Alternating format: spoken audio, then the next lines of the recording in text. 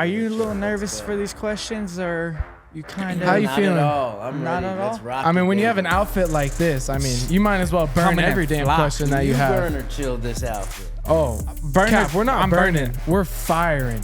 We are firing that outfit Let's right get now. a quick close-up close shot up. on this. Look at that. We The got- Pitbull on his chain. Pitbull on the chain. Greatness in the veins. Right? So, How many languages you speak?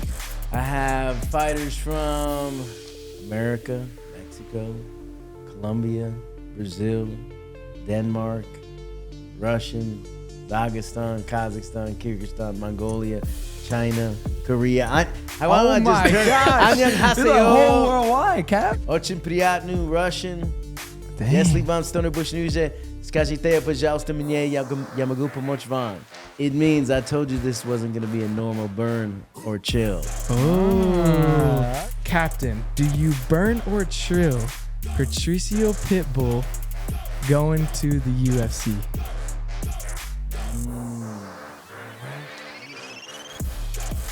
Uh-oh. Things are getting hot right here.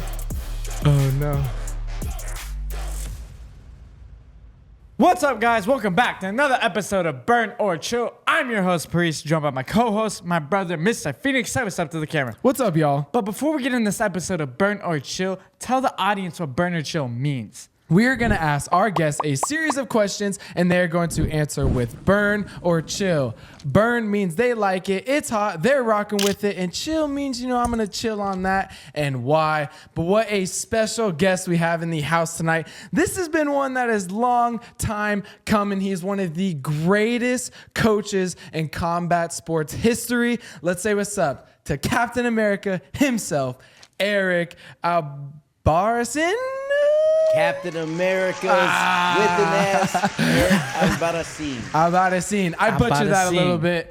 I knew I was going to do that, but welcome, Cap. Thank you for doing this, and super excited. Thank you for having me. It's great to see how big you guys gotten over the last couple of years. Thank you, Captain. Thank you. I appreciate it. I'm getting emotional right here. But thank you, Captain. It's awesome. But let's get into the first question. Captain, this one is probably the best question I have out here right now. You speak multiple languages, which is absolutely awesome. So burn or chill, being able to speak all languages you know, except English, or English and not any of the languages you know. So pick your poison. No, I would go with learning all the languages I know. I mean, I would give up English. Really? You give up, so you burn giving up English. Yeah, I got a Google Translator. He's thinking one step ahead right now. I mean, that's but tough. think about it. Every time you come to America, one is always gonna be. I mean, I've had a grandma that, lived to 88. She never learned English. Lived here for 80 years. Oh, I didn't think So, about that. Plus, you spend a lot of time in Brazil and other places too. So Tons of time in using Brazil. all those different languages is going to benefit you. Kazakhstan, Mongolia, How many languages you speak? Kyrgyzstan. Wherever those fighters are from, I got to learn how to coach them. So How many languages you speak? I have fighters from America, Mexico, Colombia, Brazil, Denmark, Russian, Dagestan, Kazakhstan, Kyrgyzstan, Mongolia, China, Korea. Oh my gosh! You're the whole worldwide, Cap. Korean zombie, ni hao ma, Chinese. You speak Korean? Очень приятную Russian. Dang. Если вам что-нибудь нужно, скажите, пожалуйста, мне, я могу помочь вам. Translate? That's also Anyone right. translate here? Yeah, Anyone know? I got to pull on my phone. Say that one more time. It means I told you this wasn't going to be a normal burn or chill. Oh. He might be heading into something here, and so am I. We're going to go on to our second question. But to recap the first one, you would burn, speak all your other languages you know, and chill on not speaking English. Yeah, I got more Ooh. fighters from other countries Okay. than I do That's true. Americans. That's true. Speaking of fighters, we're going to go into our second burn or chill question. This is something that has been in the headlines as of late, and we have an inside source here. So, Captain, do you burn or chill Patricio Pitbull going to the UFC? You know what? Let me think about that. Uh-oh. Things are getting hot right here. Oh, no. Uh-oh. Let's make sure we got him in the frame. Yeah.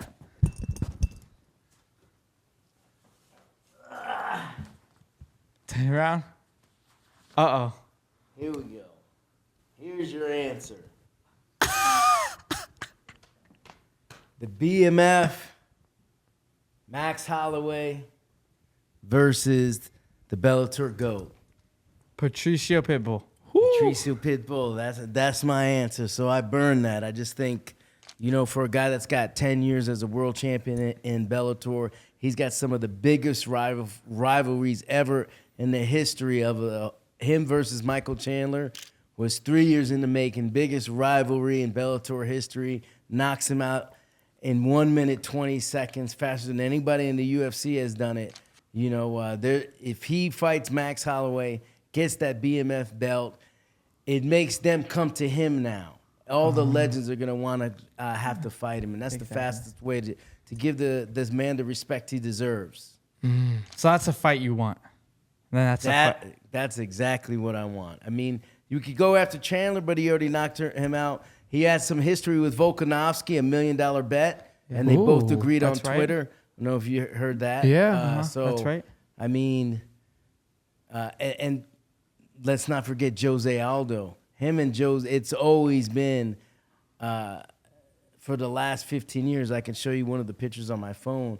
There's a picture of Patricio Pitbull and Jose Aldo, 2014. They both have their belts on, and they're facing each other. Like, would they ever face? So that's been talked about for the last 12 years. Yeah. Who's the best Brazilian featherweight in the game? And it was always between those two. So he's Maybe now coming we to get the conquer chance. all divisions. All of it, Lightweight, man. featherweight, He would he's be going for everything. At 37 years old, he's never had a higher fight IQ. I've made sure since he's about 30 years old not to overtrain. We got a special strength and conditioning guy where he doesn't overtrain. He doesn't get injured. So these are huge things other than his neck, and he had that neck surgery. So he's all good now. Everything's dialed in now. Everything's dialed in. He's ready to come. We were supposed to fight on New Year's Eve, but it got turned down. PFL didn't. We don't know what happened. So Perfect time to make the transition. He wants to come over. He wants to make He's coming to make a statement. The Bellator GOAT, yes. And I'll never forget. A few years ago, he said he'll fight anybody from 135 to 170. Oh my So gosh. you want to talk about a BMF? And that's something He's that's something that Dana loves too. He Loves loves it. Let me people that tell are going to you. fight everywhere. He's beaten 4 generations of fighters. That's unheard of. The generations. He's got the Patrick Curran fought him twice. Daniel Weichel fought him twice. Emmanuel Sanchez, and then Pedro from SBG. Yeah. That's right. That's right. And that's who could ever forget? We've been calling out Conor McGregor since he was the original champ, and Patricio was the first champ in Bellator history. So we were trying to get that fight. Maybe that even rolls off too. Dang. There's a lot of fights for someone like a Patricio Pitbull, the most exciting fighter in Bellator history. You bring him over, you give him that BMF shot, and I tell you what, he will make the most of it. Let's burn that shit. Fire it. I love it, Carrie. Patricio Pitbull is coming to make a statement. Dana White, send the contract over. Let's get this thing signed. Let's get it. But all right, Captain, it's time to go to question number 3. This one is taking over the internet right now between John Jones and Islam. So burn or chill, Islam being pound for pound best in the world. That's easy. I'm with Dana White. Oh. John Jones. John Jones, he came out for his camp for Cyril. I think we saw him for that year or two. He came out 3, 4, 5 times. And then Henry and I also went to New Mexico. That man's talented. That man's good. And he's like a sponge. And the fact that he fights these guys in their strong points is something to watch. Taking down DC. I remember I was at that point, I didn't really know John Jones, and I knew DC. We bet against John Jones. I learned never to do that again. His IQ, though, that's something that has just, completely excelled the game.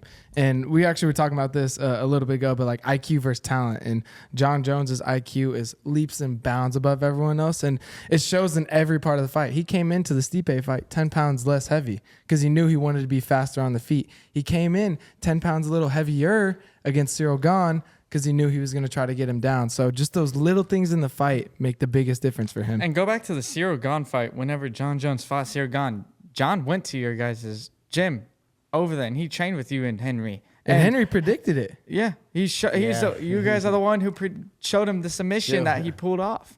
Yeah, it was actually my birthday, and we went down to New Mexico, and Henry was teaching that move as the guy's escaping. Swing around front, get the double leg, and led to the guillotine choke. So yeah, that was kind of pretty cool to see because that was the last thing. I'm pretty sure it was the last move of the entire camp. Wow. So and that was a big camp. He had like 10 other heavyweights there. He really, invests in evolving, and that's hard to find when you're undefeated. It's hard to find things that motivate you, and with John Jones or a Patricio Pitbull, these guys are always in the gym, man. These guys are motivated, whether they have a fight or not. They're always motivated, and that's hard to find, to have that consistency of being undefeated or being a world champ for that long. I can tell you what, I've had numerous champions, from Henry Cejudo to Figueiredo, and it's not easy staying the champ for that long. So the hard. Climb is nothing. It's tough, but maintaining it because of the distractions that come your way. Yeah, and you're getting everyone's best every single fight. Your target is on your back. That's why you give those new generations of fighters is unheard of. This is why you don't see a champ withstand that kind of those kind of fights and those kind of wars or that kind of new talent, and only one person has, and that's that man right here, Patricio Pitbull, and John Jones, in the UFC, and that's it's unheard of, and to beat generation after generation after generation, guys that are born, and you were the champ. I mean, AJ McKee versus Patricio Pitbull, Baron Pico, they came in to the UFC Bellator 10 years ago, and and Patricio was the champ. Yeah. 10 years later, he's still the champ. So he's still fighting the new generation of fighters. Yeah, that's why you got to give them credit winning. while you're here. You got to give them credit while they're here, because once they're gone, you really don't understand like what these guys have done. And everyone loves the underdog now. Everyone wants the champions to lose. Like, there's very little champions that people really love and like support. So it's kind of sad to see like when they go, you're like, man, like Demetrius Johnson, like greatest flyweight of all time. And during that time, no one liked him. No one really paid attention to him, and it's sad to see because he was so dominant in the flyweight division. So dominant. Now they're talking about him coming back. It's like you don't know what you have until it's gone kind of thing with DJ. He came out also to Arizona and was training at Fight Ready with Henry and Bruno Silva, and man, generational I can't talent. believe we beat that guy. That guy is so good. And that's a testament of how competitive Henry is. I know. Because that guy is like, he's a wizard. He's a genius. A shout out to his coach, Matt Hume. But he has really got a fight IQ through the roof. Another person is Demetrius Johnson. And you're right. But nobody's, Pantoja just called him out. Yeah, I don't think he's coming back. I don't think so. I don't think so. He doesn't really have to. Yeah, exactly. I saw something where you turned down the mega payday too to come back. And he still has this stuff with one that he's still got to fight out that contract. But you did mention someone named Henry Cejudo, and you're actually leading me into my question. So we're gonna go to the fourth question. Just to go back, you're burning John Jones as being the pound for pound champion, pound for pound in the entire UFC, and you're chilling on Islam. Correct? I like Correct. Islam. You know, Okay. I like Islam. I go with Dana. Okay. I'm with Dana. Yeah. We're Excuse going me. with Dana. I'm with Dana White. John Jones is pound for pound. John Bones is the GOAT. Yeah. But this one might be a little more difficult for you, but you got a burn one and chill one. Still, same kind of concept, but do you burn or chill flyweight Henry Cejudo or bantamweight Henry Cejudo?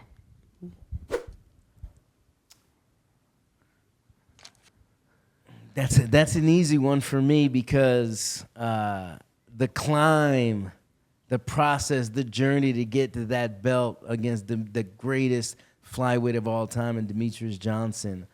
You know, from Tough 24, in which our job was to find the fighter to beat Demetrius Johnson.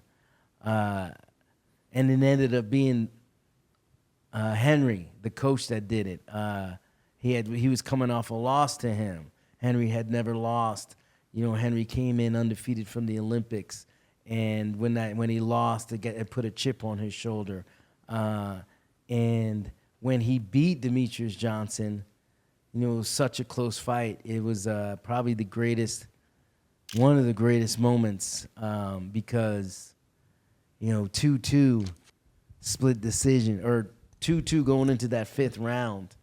And I remember saying, I remember thinking of two game plans. I was like, it could be 2-2. And anytime as a coach, I always know that 2-2 means 3-1 to the other guy. Yeah. Because you can never trust these judges. So Especially now. for all you coaches, I always 2-2. Means I won't 3-1. even tell a fighter it's 2-2 because it could be 3-1, and I've had that actually happen before. Because if it's close enough to be 2-2 and the other judge is on, you have a bad judge, it could be 3-1. It's close enough to and be you really 3-1. need a finish. But look back at New Jersey. Derek Clearing. Don't bring it up, man. Don't bring it up. That fifth round, Aljo and that's versus another Henry. one. That's at 35, right? But, you know, Henry also saved the flyweight division with that. Yeah. We took out TJ Dillashaw, who was coming down to take it out. You know, some of the guys, the other guy, Sergio Pettis, he beat, you know, Sergio Pettis went on to become a Bellator legend and a world champ as well. So, you know, Henry had a short stint at 35. Legendary because of beating the reigning bantamweight champion, TJ Dillashaw, that ended up actually failing a USADA test. So a comeback win against Marlon Moraes, in which he blew his ankle out the week of the fight. And his shoulder. And his shoulder. He had to go to BioAccelerator down in Colombia to get that fixed. But he had some BioAccelerator stem cells in his ankle. So he blew his ankle out 3 days before he fought. We were going to have to cancel the fight. Yeah. And the stem cells kicked in because he went to Colombia and got these stem cells like 3 months before the fight. Wow. So it worked out that he could recover in 24 hours. And he put on the ankle bracelets, which he never does. And Marlon Moraes went after those low leg kicks. Marlon was taking him out, blew his shoulder out in that first round. So, you know, for Henry to come back and win it was amazing as well. But it doesn't have that journey of the flyweight journey. The 25, all the way from when he came in to DJ beating him and DJ having 11 defenses and him having to save the flyweight division.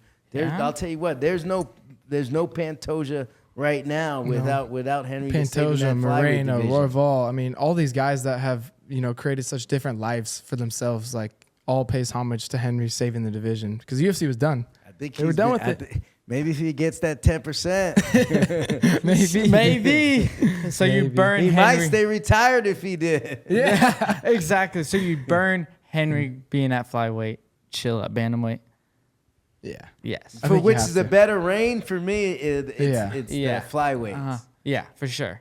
And he saved the division at the end of the day. So, but it's time to go to the fifth and final question. This is our burn moment question. Burn moment's a super hard time in life where you're at a fight and overcome that's made you the person who you became. So, Captain, what's the biggest burn moment you've gone through in your life that's made you the person who you are? You know, I remember when I first went to Arizona State, I was a walk-on, and I was training with our coaches, which were all Olympians at the time. And just about 2 or 3 years after being a walk-on, I found myself in the semis against one of my coaches. I ended up beating him, and he was an Olympian. Wow. And then in the finals, I had another coach or teammate as well. And he was already, I think, a 2-time Olympian at the time. So I was like, I'm going to kill this guy. He was like 34 or 35 years old. Uh-huh. And his name was Tim Vanny. Tim Vanny. And I thought, there's no way I lose to this old guy. I'm going to smash this guy. And I ended up taking second in the nation. And, you know, it was crushing. But at the same time, you know, I was at rock bottom thinking I put everything into wanting to become an Olympian and didn't make it in that Olympic cycle. But, you know, that's kind of what pushes me to continue and puts a chip on your shoulder. And that's why I'm still maybe not competitive as an athlete anymore, but competitive as a coach. Like, I was just thinking the other day, I think it was even yesterday, like the whole day I was thinking about a wrestling move. Uh-huh. And for MMA, and it's like, you know, I've been doing that ever since the first day I started wrestling, where it's just always thinking how to get better. Yeah. Always thinking how to evolve and never giving up. And I think that was, you know, taking second was probably a burn moment, but I learned to pick myself back up and continue to chase, and not just to be good. Goodness is the enemy of greatness. And I wanted to be great. I want to be the greatest of all time, and you know, I think that's my dream. And you know, where now that's what I wanted as an athlete for myself, and it didn't happen. And now that's what I want for my athletes, and that's how I'm at this moment. Check it out, the Broad Street Global House. Broad Street Global House. Investments worth fighting for, the ultimate financial champions. You know, we're doing big things out in Brazil. I brought people over from Kazakhstan, Mongolia, Kyrgyzstan, Colombia, all these fighters that sometimes maybe can't get visas into the U.S., yet they're very talented. They're coming into Brazil and training with us at the Pitbull Brothers. And, you know, I have almost an Olympic training center of my own down there with the support of Broad Street Global. We're powered by Broad Street Global. So we're bringing in the new generation of fighters to train with the legends like Patricio Pitbull, the king of KOs, and Patricio. You know, I've had Kelvin Gastelum down there. You know, Henry comes down there a lot. You know, maybe he even comes down there for this next camp. Yeah, we'll see. I got to try to convince him. I got to try. That's why I built this training center for that reason. So the best in the world come, and you know, it doesn't get, you know, greater than the greatest combat athlete of all time, and Henry Cejudos. So, you know, maybe I can get him to come down. Yeah, exactly. Big plans coming, big plans. Shout out to Broad Street Global for that. And thank you, Captain, for sharing that burn moment. I think you learned a lot about yourself in those dark times that you could really help and really take into coaching and to your fighters, and even help them when they've lost fights and stuff like that, because you know that point. So I appreciate you. Thank you for sharing your burn moment. Thank you for coming on the show. We just burned and chilled it. Did you like the wardrobe change? Loved it. Have you ever had a wardrobe change? Never. First wardrobe change ever in Burn Factory history. None other than Captain America. Who would have thought anything less? But thank you for coming on the show. Let the audience know where they can find you, your Instagram. Tell them the whole thing. Let's go Instagram, CPT Americas. with an S because I'm Colombian. I got my gym in Brazil, and we train, and I'm American. Hey, U.S. Army captain. boom, boom, boom. Yes, sir. You heard the man. Go give Captain Eric some love, and we are out of this episode of Burn or Chill.